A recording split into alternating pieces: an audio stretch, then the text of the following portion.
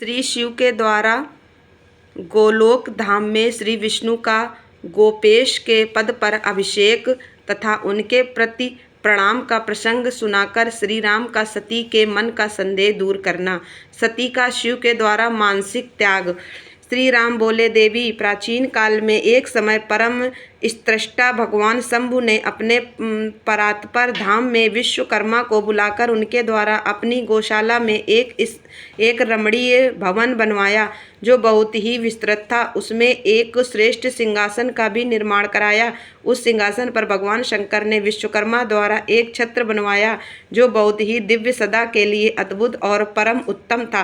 तत्पश्चात उन्होंने सब ओर से इंद्र आदि देवगणों, सिद्धों, गंधर्वों, नागादिकों तथा संपूर्ण उपदेवों को भी शीघ्र वहां बुलवाया।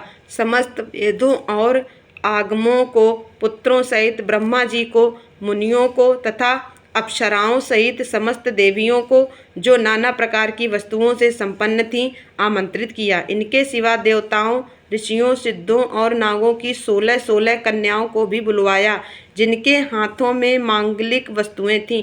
मुने वीणा, मृदंग आदि नाना प्रकार के वाद्यों को बजवाकर सुंदर गीतों द्वारा महान उत्सव रचाया। संपूर्ण औषधियों के साथ राज्याभिषेक के योग्य द्रव्य एकत्र किए गए। प्रत्यक्ष तीर्थों के जलों से भरे हुए 5 कलश भी मंगवाए गए। इनके सिवा और भी बहुत सी दिव्य सामग्रियों को भगवान शंकर ने अपने पार्षदों द्वारा मंगवाया और वहां उच्च स्वर से वेद मंत्रों का घोष करवाया। देवी, भगवान विष्णु की पूर्ण भक्ति से महेश्वर देव सदा प्रसन्न रहते थे, इसलिए उन्होंने प्रीतियुक्त हृदय से श्री हरि को वैकुंठ से बुलवाया और शुभ मुहूर्त में श्री हरि को उस श्रेष्ठ सिंहासन पर बिठाकर महादेव जी ने स्वयं ही प्रेम पूर्वक उन्हें सब प्रकार के आभूषणों से विभूषित किया। उनके मस्तक पर मनोहर मुकुट बांधा गया और उनसे मंगल कौतुक कराए गए। यह सब हो जाने के बाद महेश्वर ने स्वयं ब्रह्मांड मंडप में श्री हरि का अभिषेक किया और उन्हें अपना वह सारा ऐश्वर्य प्रदान किया जो दूसरों के पास नहीं था। तदनंतर स्वतंत्र ईश्वर भक्त वत्सल शंभु ने श्रीहरि का स्तवन किया और अपनी पराधीनता, भक्त परवशता को सर्वत्र प्रसिद्ध करते हुए वे लोककर्ता ब्रह्मा से इस प्रकार बोले। महेश्वर ने कहा, लोकेश, आज से मेरी आज्ञा के अनुसार ये विष्णु हरि स्वयं मेरे वंदनीय हो गए हैं। इस बात को सभी सुन रहे हैं। तात तुम संपूर्ण देवता आदि के साथ इन श्री हरि को प्रणाम करो और ये वेद मेरी आज्ञा से मेरी ही तरह इन श्री हरि का वर्णन करें। श्री रामचंद्र जी कहते हैं, देवी, भगवान विष्णु की शिव शक्ति देखकर प्रसन्नचित्त हुए वरदायक भक्तवत्सल रुद्रदेव ने उपरयुक्त बात कहकर स्वयं ही श्री गरुण ध्वजों को प्रणाम किया। तदनंतर ब्रह्मा आदि देवताओं, मुनियों और सिद्ध आदि ने भी उस समय श्री हरि की वंदना की। इसके बाद अत्यंत प्रसन्न हुए भक्तवत्सल महेश्वर ने देवताओं के समक्ष श्री हरि को बड़े बड़े वर प्रदान किए। महेश बोले, हरे, तुम मेरी आज्ञा से संपूर्ण लोकों के कर्ता, पालक और संहारक हो। धर्म, अर्थ और काम के दाता तथा दुर्नीति अथवा अन्याय करने वाले दुष्टों को दंड देने वाले हो। महान बल पराक्रम से संपन्न जगत पूज्य जगदीश्वर बने रहो। सम्रांगण में तुम कहीं भी जीते नहीं जा सकोगे। मुझसे भी तुम कभी पराजित नहीं होगे। तुम मुझसे मेरी दी हुई 3 प्रकार की शक्तियां ग्रहण करो। एक तो इच्छा आदि की सिद्धि, दूसरी नाना प्रकार की लीलाओं को प्रकट करने की शक्ति और तीसरी तीनों लोकों में नित्य स्वतंत्रता। हरे, जो तुमसे द्वेष करने वाले हैं वे निश्चय ही मेरे द्वारा प्रयत्न पूर्वक दंडनीय होंगे। विष्णु, मैं तुम्हारे भक्तों को उत्तम मोक्ष प्रदान करूंगा। तुम इस माया को भी ग्रहण करो जिसका निवारण करना देवता आदि के लिए भी कठिन है तथा जिससे मोहित होने पर यह विश्व जड़ रूप हो जाएगा। हरे, तुम मेरी बाईं भुजा हो और विधाता दाहिनी भुजा हैं। तुम इन विधाता के भी उत्पादक और पालक होोगे। मेरा हृदय रूप जो रुद्र है वही मैं हूँ, इसमें संशय नहीं है। वह रुद्र तुम्हारा और ब्रह्मा आदि देवताओं का भी निश्चय ही पूज्य है। तुम यहाँ रहकर विशेष रूप से संपूर्ण जगत का करो। नाना प्रकार की लीलाएं करने वाले विभिन्न अवतारों द्वारा सदा सबकी रक्षा करते रहो। मेरे चिन्मय धाम में तुम्हारा जो यह परम वैभवशाली और अत्यंत उज्ज्वल स्थान है वह गोलोक नाम से विख्यात होगा। हरे भूतल पर जो तुम्हारे अवतार होंगे वे सबके रक्षक और मेरे भक्त होंगे। मैं उनका अवश्य दर्शन करूंगा, वे मेरे वर से सदा प्रसन्न रहेंगे। श्री रामचंद्र जी कहते हैं, देवी इस प्रकार श्री हरि को अपना अखंड ऐश्वर्य सौंपकर उमा वल्लभ भगवान हर स्वयं कैलाश पर्वत पर रहते हुए अपने पार्षदों के साथ स्वच्छंद क्रीड़ा करते हैं। तभी से भगवान लक्ष्मीपति वहां गोप वेश धारण करके आए और गोप गोपी तथा गौओं के अधिपति होकर बड़ी प्रसन्नता के साथ रहने लगे। वे श्री विष्णु प्रसन्नचित्त हो समस्त जगत की रक्षा करने लगे। वे शिव की आज्ञा से नाना प्रकार के अवतार ग्रहण करके जगत का पालन करते हैं। इस समय वे ही श्री हरि भगवान शंकर की आज्ञा से 4 भाइयों के रूप में अवतीर्ण हुए हैं। उन 4 भाइयों में सबसे बड़ा मैं राम हूँ, दूसरे भरत हैं, तीसरे लक्ष्मण हैं और चौथे भाई शत्रुघ्न हैं। देवी, मैं पिता की आज्ञा से सीता और लक्ष्मण के साथ वन में आया था।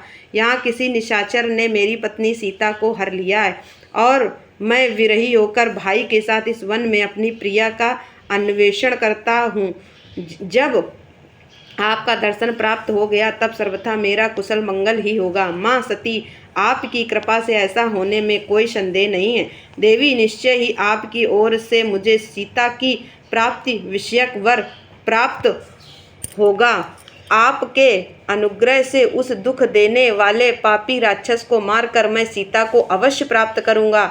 आज मेरा महान सौभाग्य है जो आप दोनों ने मुझ पर कृपा की। जिस पर आप दोनों दयालु हो जाएं वह पुरुष धन्य और श्रेष्ठ है। इस प्रकार बहुत सी बातें कहकर कल्याणमयी सती देवी को प्रणाम करके रघुकुल शिरोमणि श्री राम उनकी आज्ञा से उस वन में विचरने लगे। पवित्र हृदय वाले श्री राम की यह बात सुनकर सती मन ही मन शिव शक्ति परायण रघुनाथ जी की प्रशंसा करती हुई बहुत प्रसन्न हुई। उन पर अपने कर्म को याद करके उनके मन में बड़ा शोक हुआ। उनकी अंग कांति फीकी पड़ गई। वे उदास होकर शिव जी के साथ लौटी। मार्ग में जाती हुई देवी सती बारंबार चिंता करने लगी कि मैंने भगवान शिव की बात नहीं मानी और श्री राम के प्रति कुत्सित बुद्धि कर ली। अब शंकर जी के पास जाकर उन्हें क्या उत्तर दूंगी। इस प्रकार बारंबार विचार करके उन्हें उस समय बड़ा पश्चाताप हुआ। शिव के समीप जाकर सती ने उन्हें मन ही मन प्रणाम किया। उनके मुख पर विषाद छा रहा था। वे शोक से व्याकुल और निस्तेज हो गई थी। सती को दुखी देख भगवान हर ने उनका कुशल समाचार पूछा और प्रेम पूर्वक कहा, तुमने किस प्रकार परीक्षा ली। उनकी यह बात सुनकर सती मस्तक झुकाए उनके पास खड़ी हो गई। उनका मन शोक और विषाद में डूबा हुआ था। भगवान महेश्वर ने ध्यान लगाकर सती का सारा चरित्र जान लिया और उन्हें मन से त्याग दिया। वेद धर्म का प्रतिपालन करने वाले परमेश्वर शिव ने अपनी पहले की हुई प्रतिज्ञा को नष्ट नहीं होने दिया। सती का मन से त्याग करके वे अपने निवास भूत कैलाश पर्वत पर चले गए। मार्ग में महेश्वर और सती को सुनाते हुए आकाशवाणी बोली, परमेश्वर तुम धन्य हो और तुम्हारी यह प्रतिज्ञा भी धन्य है। तीनों लोकों में तुम्हारे जैसा महायोगी और महाप्रभु दूसरा कोई नहीं है। वह आकाशवाणी सुनकर देवी सती की कांति फीकी पड़ गई। उन्होंने भगवान शिव से पूछा, नाथ मेरे परमेश्वर, आपने कौन सी प्रतिज्ञा की है, बताइए। सती के इस प्रकार पूछने पर भी उनका हित चाहने वाले प्रभु ने पहले अपने विवाह के विषय में भगवान विष्णु के सामने जो प्रतिज्ञा की थी उसे नहीं बताया। मुने, उस समय सती ने अपने प्राण वल्लभ पति भगवान शिव का ध्यान करके उस समस्त कारण को जान लिया जिससे उनके प्रियतम ने उन्हें त्याग दिया था। शंभु ने मेरा त्याग कर दिया। इस बात को जानकर दक्ष कन्या सती शीघ्र ही अत्यंत शोक में डूब गई और बारंबार सिसकने लगी। सती के मनोभाव को जानकर शिव ने उनके लिए जो प्रतिज्ञा की थी उसे गुप्त ही रखा और वे दूसरी बहुत सी कथाएं कहने लगे। नाना प्रकार की कथाएं कहते हुए वे सती के साथ कैलाश पर जा पहुंचे और श्रेष्ठ आसन पर स्थित हो चित्त वृत्तियों के निरोध पूर्वक समाधि लगा अपने स्वरूप का ध्यान करने लगे। सती मन में अत्यंत विषाद ले अपने उस धाम में रहने लगी। मुने, शिवा और शिव के उस चरित्र को कोई नहीं जानता था। महामुने, स्वेच्छा से शरीर धारण करके लोक लीला का अनुसरण करने वाले उन दोनों प्रभुओं का इस प्रकार वहां रहते हुए दीर्घ काल व्यतीत हो गया। तत्पश्चात उत्तम लीला करने वाले महादेव जी ने ध्यान तोड़ा। यह जानकर जगदम्बा सती वहां आईं और उन्होंने व्यथित हृदय से शिव के चरणों में प्रणाम किया। उदार चेता शंभु ने उन्हें अपने सामने बैठने के लिए आसन दिया और बड़े प्रेम से बहुत सी मनोरम कथाएं कहीं। उन्होंने वैसी ही लीला करके सती के शोक को तत्काल दूर कर दिया। वे पूर्ववत सुखी हो गईं। फिर वे शिव ने अपनी प्रतिज्ञा को नहीं छोड़ा। तात परमेश्वर शिव के विषय में यह कोई आश्चर्य की बात नहीं समझनी चाहिए। मुनि लोग शिवा और शिव की ऐसी ही कथा कहते हैं। कुछ मनुष्य उन दोनों में वियोग मानते हैं, परंतु उनमें वियोग कैसे संभव है? शिवा और शिव के चरित्र को वास्तविक रूप से कौन जानता? वे दोनों सदा अपनी इच्छा से खेलते और भांति भांति की लीलाएं करते हैं। सती और शिव वाणी और अर्थ की भांति एक दूसरे से नित्य संयुक्त हैं। उन दोनों में वियोग होना असंभव है। उनकी इच्छा से ही उनमें लीला वियोग हो सकता है।